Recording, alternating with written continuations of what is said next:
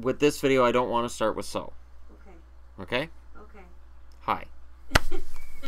It's the only way I don't start with so, because I hear it, and I don't mean to do it. You could have like some kind of tagline. I have taglines at the end.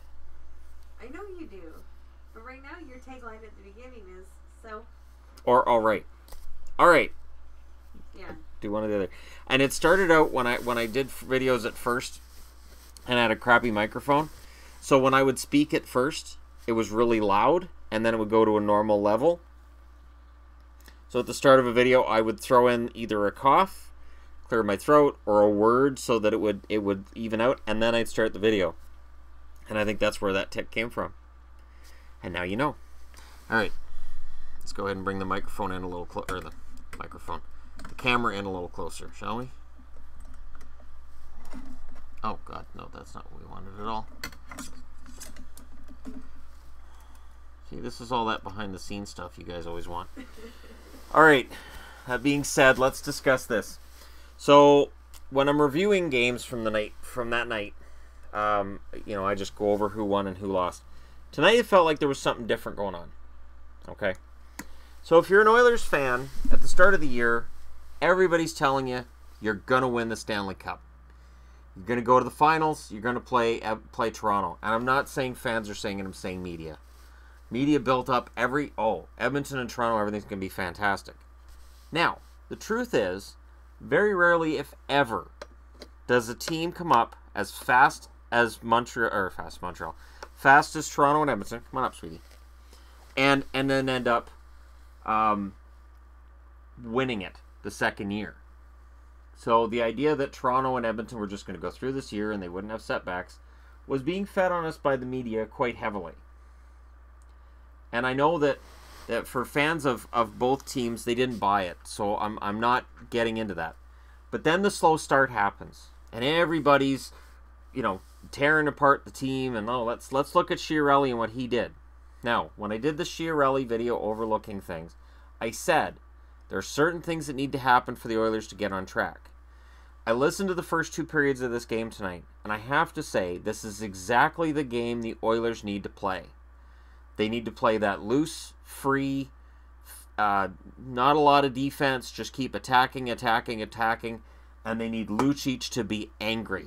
Milan Lucic in this game clearly had an attitude. He had a fight that sounded epic with Dalton Prout, and I missed it because it was at work. But hey, it sounded epic on the radio. The call on the radio sounded fantastic. But here's the thing. Drake Caggiula, goal and an assist. Oscar Klefbom, first goal of the year.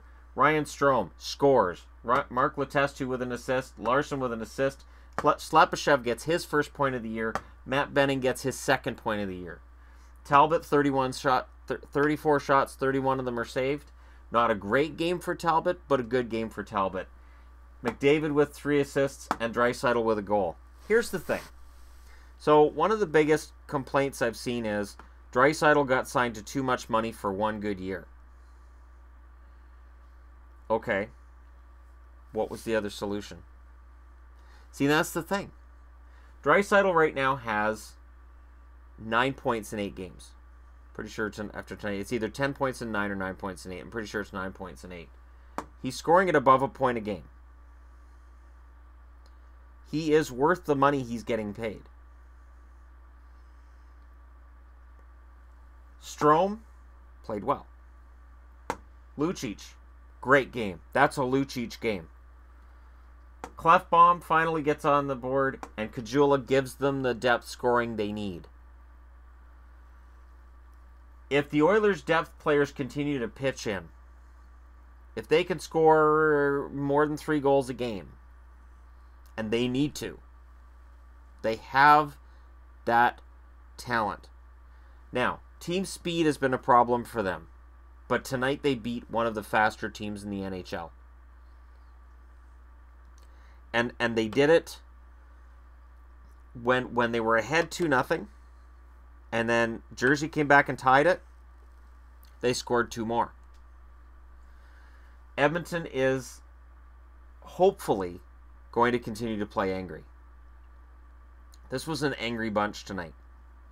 This is a team that was all set for war tonight.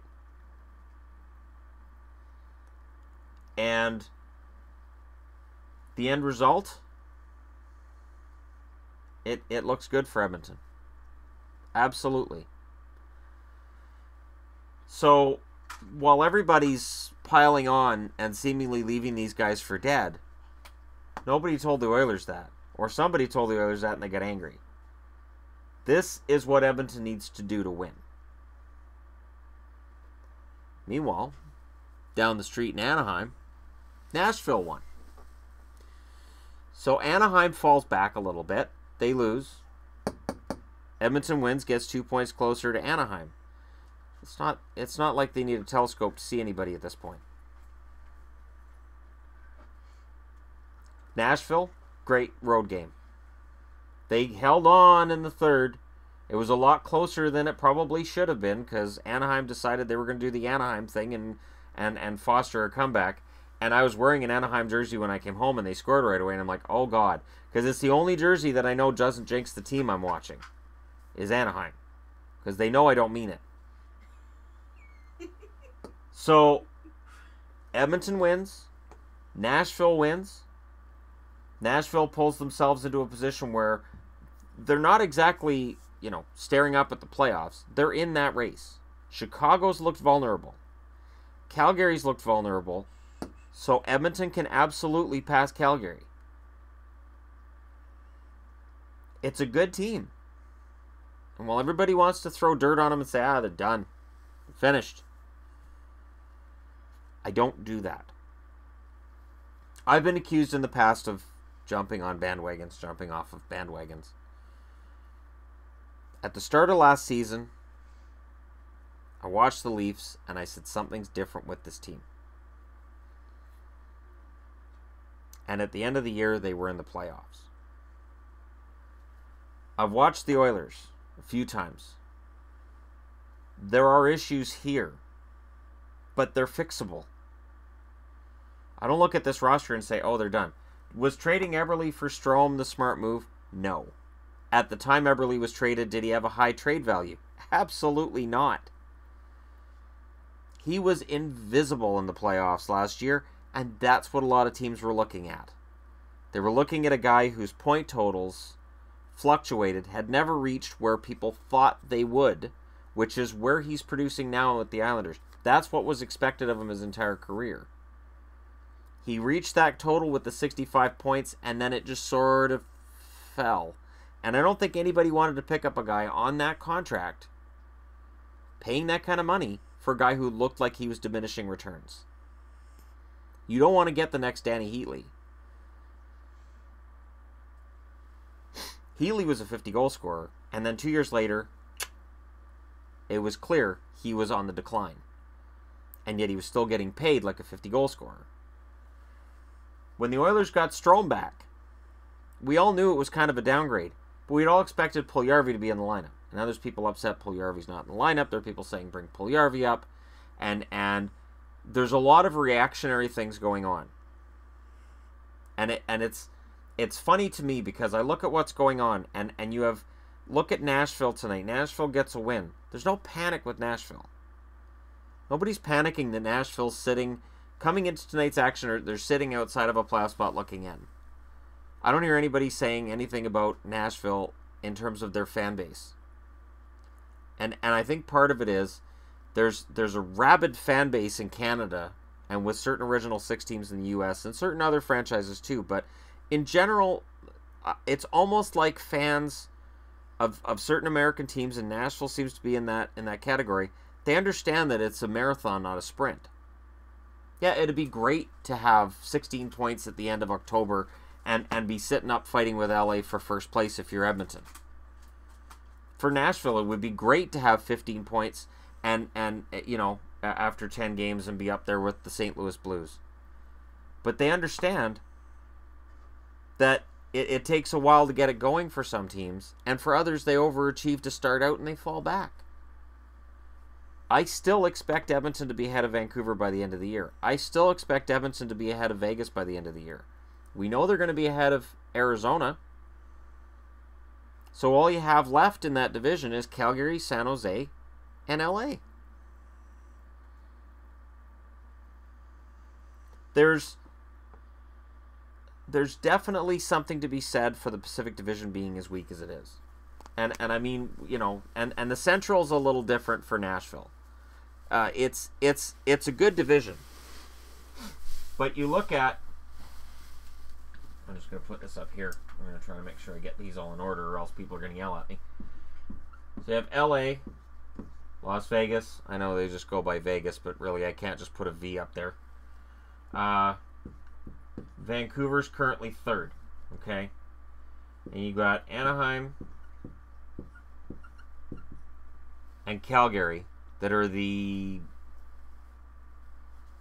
almosts.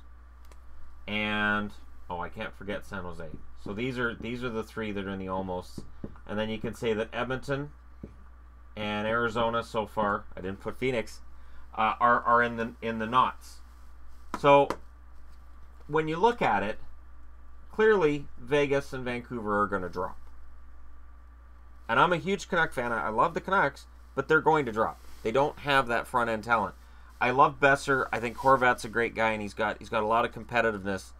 But I don't think they have the top end talent to compete. Anaheim's going to move up. I think Anaheim moves up past Las Vegas and Vancouver and ends up in second. So even though I put them at Vegas, they'd be above Vegas. Keep up. Calgary, question mark. San Jose, question mark. But Edmonton is going to go up. Arizona is stuck here. They have an anchor weighing them down that will be there for the rest of the season. That is the winless start of 11 games. You cannot tell me that Edmonton is unable to pass teams ahead of them, especially in the case of Vancouver and Vegas. So let's just do the math here. Let's just say that it's LA. Let's say San Jose ends up second. Calgary and Anaheim are fighting for third and fourth. You know, at some point it'll be Edmonton. I think Vegas is going to end up getting that spot. I think Vegas is going to be very competitive. I think the unlucky goaltenders they have is going to end up being a big thing too. But eventually that scoring is going to have some issues. This is a stronger division than I think a lot of people give it credit for. But these two teams here have been inconsistent. Edmonton is underachieved. Shooting percentage being what it is, it'll even out. They have to end up at least here. It's not that much of a stretch to say that either San Jose, who's an older team, so while I love what LeBank's doing right now, I don't know that he's that top-end talent. And they've got Couture, and they've got Hurdle, and they've got a lot of good young players, but you know, Thornton is such a key guy, and he's going to slow down. Physically, he's already slowed down. His scoring is still really good right now. But there's reason to believe that they're going to be vulnerable. And can LA keep that up? Is there any one team right now in this division that you can say, oh yeah, after 82 games, they will be number one? My argument would be Anaheim. I still think at the end of the year, Anaheim's number one. And I still think Edmonton has a good shot at being number three because I don't think LA is going to fall further than that. Flames have got to be more consistent. And San Jose, I just, for whatever reason, I still see them as probably being in a wild card spot if they can get in there. This division is not a runaway. And the Oilers absolutely can get back into it. And a game like tonight can help them. And sure, a month from now, maybe they lose their next 7. Maybe they're miles out of it. And you guys can come back to this video and say, see, you were wrong. But when I make predictions and I stick to them. And it's not about being on a bandwagon or off of it. It's about looking at the talent that the Oilers have. And they have a lot of talent. The honest issue that Coach McClellan has, okay, is for this team going forward, not just for this season, but beyond this season, for the Oilers to really be that contender, and for them to look and go, okay, we can be another Pittsburgh and another Chicago, they need Draisaitl to be the second-line center. They need two centers who could score a point a game. Or in the case of Chicago, have a Taves that can play at both ends of the ice fantastically well. I don't see Draisaitl that way. I see McDavid as being a fantastic center. And RNH, I like RNH's game. I think he's playing really well to start the season. And I just think that if you had him at third line, I think it would be deadly. Think Nick Bonino in Pittsburgh. Think about how he played during the playoffs as a third line center, scoring a ton of points that first year that the Penguins won the Stanley Cup. Third line center doesn't mean you don't score points. It means you're not getting the same amount of ice time, but it also means you're not facing the same level of defensive opposition either. So when you're on the ice, you're playing their third pairing. It's easier to get those points. It's easier to get open. The Oilers still have stuff to work out. Tonight was a big step forward.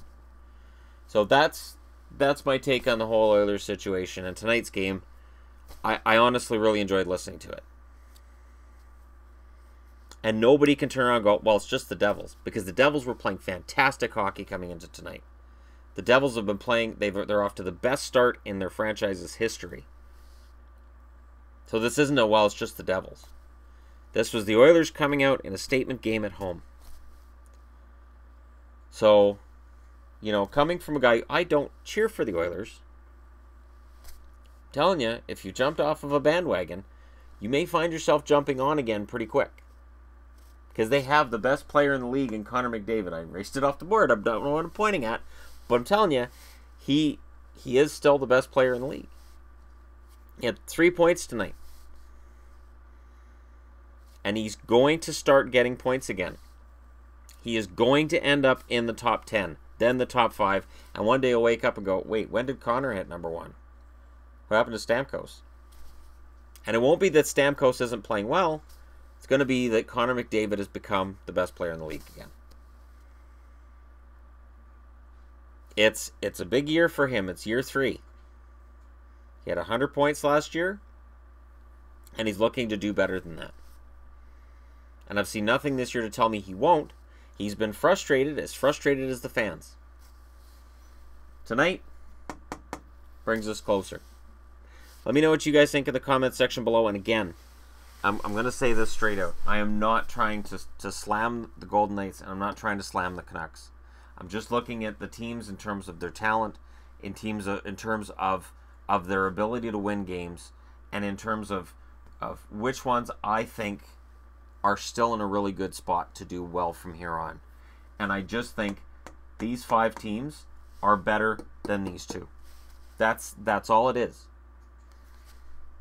If anything, I would have Vegas and Vancouver up there because I really want to see Vegas do well. I've been really thrilled to watch Vegas win. But they've been outshot a lot, they've been outplayed a lot, and usually when a team's getting outplayed and outshot a lot, those wins start turning on them. And eventually, they're losing games they shouldn't because they're outshooting their opposition and the other goalie's stealing the games. These things have a way of evening themselves out. But thanks for watching. Don't forget to hit like and subscribe if you're browsing your way through.